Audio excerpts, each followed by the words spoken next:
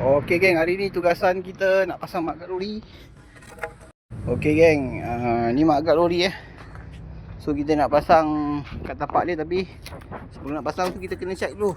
Ni ada skru, ada skru, ada skru.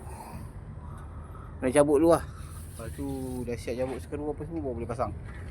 Okey, step macam biasa lah, ambil kayu 2 batang, sendal kat bawah tayar Okey.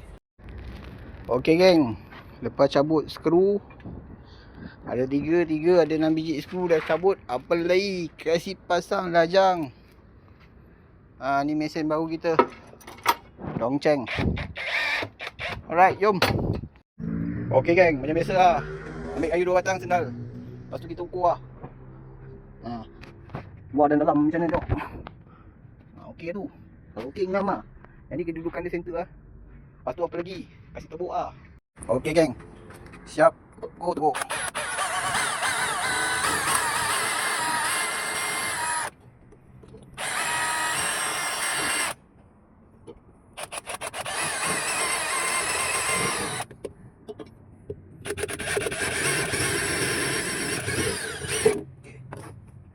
Okey geng, lepas korang dah tebuk, ini kita ambil nut, kasih masuk.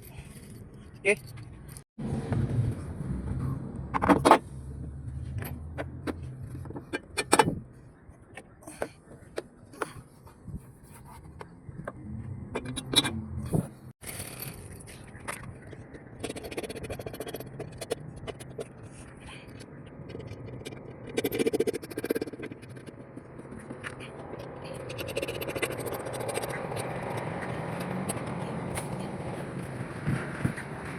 Okey, lepas korang dah tebuk, dah ikat skru depan, belakang adjust lah. Tengok, ada dalam dia. Kalau kata ngam, adjust sikit. Okey, adjust kan. Okey. Okey, pastikan kedudukan semua center. Okey, tebuk belakang pula.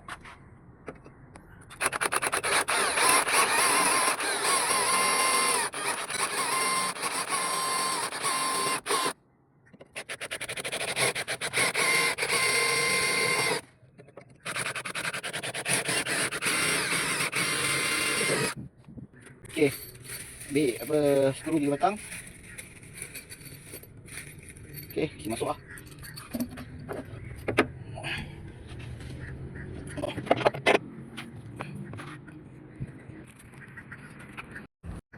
Okey, masukkan skru nut.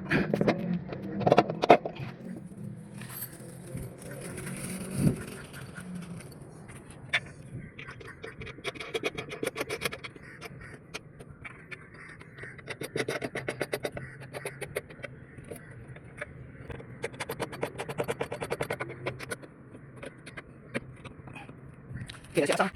3 skru belakang, 3 skru depan. Okey, sebelum korang cabut dia punya kayu, pelai kasih kekatkan lah. Kita punya nampak kuat tak? Kenapa kita nak pakai kayu belah kan? Ya, nampak tak? Okey, nampak tak?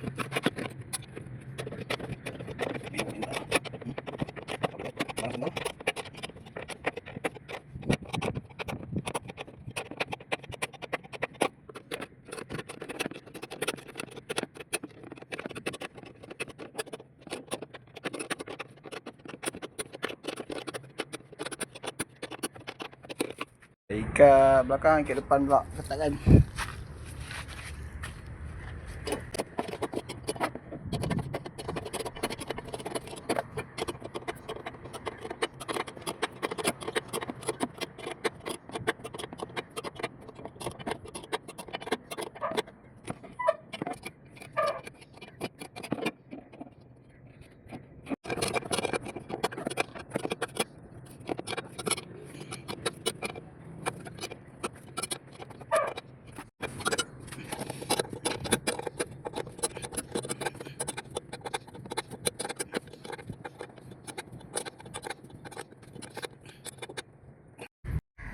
Okay, finishing kita potong lah.